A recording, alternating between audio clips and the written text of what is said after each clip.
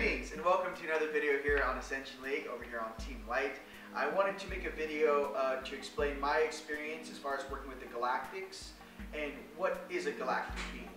I feel there's many connotations in multidimensional beings that are here on Earth and the different dimensions that exist above 3D. But what truly makes you a galactic? What truly embodies that type of rapport? And what type of intent, integrity, and awesomeness do you bring to this format? Well, for me, a galactic is as follows. I feel that a galactic has a responsibility. I feel that a galactic incarnate is coming to this place, Earth, this dimension, fractaled out, right, to this lower density, right, with a certain means and order of operation in which they are very comfortable and experienced in motivating and adjusting systems. I feel that a galactic is more than just more than just a solar representation or a planetary situation. I feel that a galactic, hence our galaxy, right, the Milky Way, at least on Earth is what we call it, right, has certain responsibilities as far as how they carry themselves, how they interact with other beings, other sentient beings, the different systems that are represented here, specifically on Earth. For example, some of the systems represented on Earth are Sirius, Arcturus, Andromeda, Vega, Betelgeuse, Draco system, Anunnaki, Nibiru. You also have Pleiades. You also have there's so many. Chrysian. You have the Mantids. You have these. Like I said, these are just a small group. I know you have the Asani. You have the Greys. You have the Tall Whites. You have the what else we got here? We got the Reptilians. Woo! Right.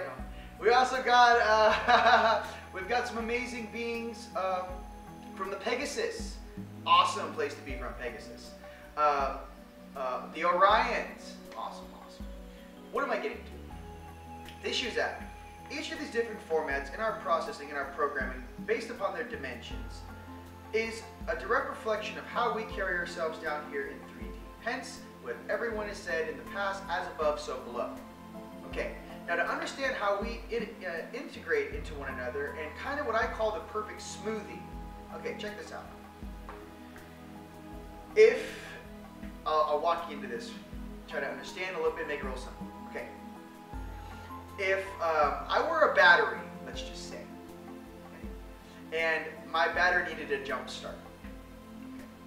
Well, usually you go, hey, my car is dead, can I get a jump over here? So what happens is, you know, there's two clamps. You got the black clamp, the ground, and you got the red clamp, the positive. That's how you jump a car. Well, here's my analogy of us here in 3D. We are the black clamp. Like if you're trying to jump start this engine, we are that black clamp that's actually on the ground, grounded into this dimension. From the ground, actually pulling energy up, okay, from the ground. Then you have the red clamp, you're positive. I see that more as the highest of the high, of the highest vibrational aspect of you, who is also attached to your stream of consciousness. Actually attached to your overself. I'm not talking about Wi-Fi, I'm talking about hardline. What I'm getting to is that as you vibrationally begin to encompass multiple levels of your higher selves, you also begin to encompass the wisdom that your galactics are our star family in the order and operation and manner in which they carry themselves. For example, for me, when I first woke up and I was interacting with my 8th-dimensional self, Ion, one of my aspects, right? Anunnaki, Nibiru, woo, right? So I'm the first guys. 8 foot. Okay, I'm like this. I'm 6'1", right? He's like this, right? Full-blown Galactic Orion outfit on. That was my boy. That was my first interaction. That's how I woke up, mind you. Okay?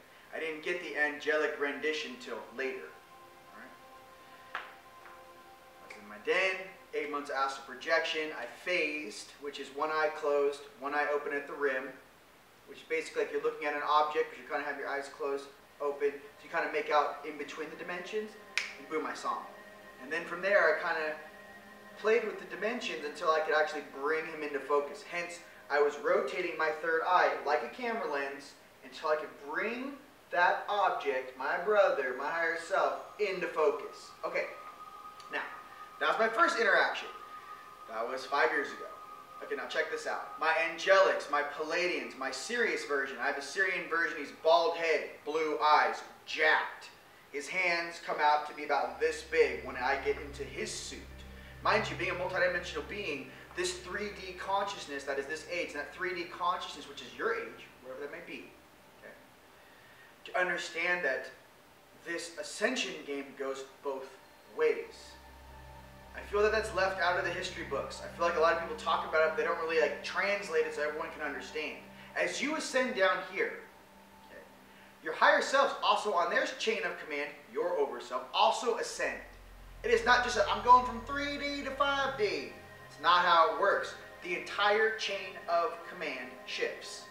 Okay, that's why when you guys hit a glass ceiling, you can be in spiritual practice, be in meditation for 10, 15 years. You're like, I hit this invisible ceiling, and for some reason I can't pull in more information. I'm kind of maxed out here, Ryan. Help me out. Well, check this out. You also have to understand that all of your aspects also have to get on your stream, and up you go. Meaning that they also have the same correlations in their reality subsets that they also have to adjust in order to bring them into your center so they can then also shift with you. Okay? Us starseed, us indigos, us crystals, we're here to integrate, harmonize, and adjust this system as our galactics have done many, many, many times before. This is not the first time an ascension has ever taken place in 3D. This is not the first time that many of our reflections and our interactions will be viewed and monitored from a higher perspective to see how all the kids get along as one. Unity consciousness is what I speak. All is one, one is all. We are all one together. Whether if you understand string theory, or if you understand the correlations that, or you also heard the term, everything's kind of like within 6 degrees of separation. Like I know a friend that knows a friend that actually knows a friend that knows a friend that knows you. In the same manner in the universe, that same correlation applies. Okay, now, galactics. If you have a higher self, this is kind of advanced, but I'm trying to give you what it feels like. If you have a higher self that you kind of see as like a high priestess, if you're a girl, but very graceful, elegante, I don't really wish to interact in that manner with them. Okay? Or you have a galactic on the male side, or more the warrior side. I really don't want to get down there and deal with those little things. Let me know when you need me for something larger. Okay. What I'm getting to, it's a different perspective in the game in which there's different applications in which they will want to get involved and are very good at their job or their skill set, depending upon what the task is. If you need help tying your shoes, probably not the best thing to ask a higher self. Just keep it light out there. All right. But if you need help on planning your life path, who you need to meet when you're on the road, and these directions, these correlations, I want to express my evolution in a very dynamic way. Higher self, inner self, over self. But to engage that, you have to will it. Ladies and gentlemen, here's the deal. Free will zone. Meaning that if you would like to request healing, you must ask for it. Okay? If you want to request aid, clarity, how do I open my heart and be more of a loving person? How do I clean up my past? How do I, never tell another lie? How do I, work on my body? How do I improve myself? How do I truly become the being I was truly meant to be and I truly want to be? How do I do that? Well, that sounds like an overself, oversoul question now, doesn't it? Okay? But you have to ask.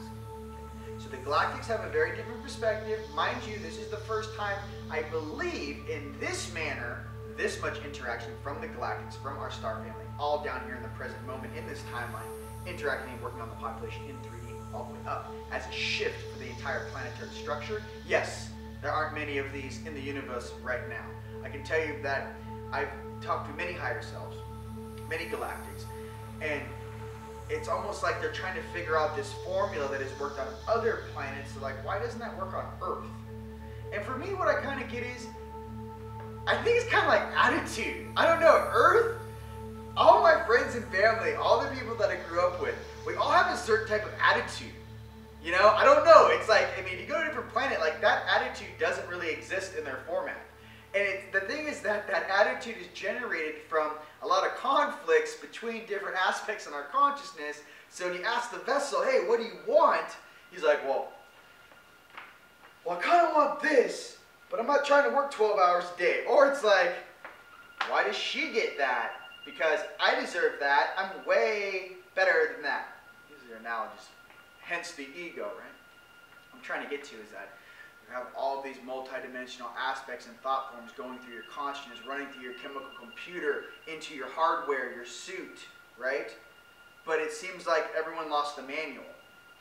It seems like there's a manual to actually operate a 3D suit properly, a body and how it's supposed to be operated and taken care of. And it seems like for some reason, I don't know if it was 1,000 years ago, 2,000 years ago, 10,000 years ago, someone took the manual and then just tossed it in the recycling bin. I don't know where it is.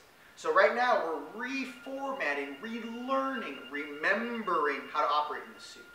I am all about evolution.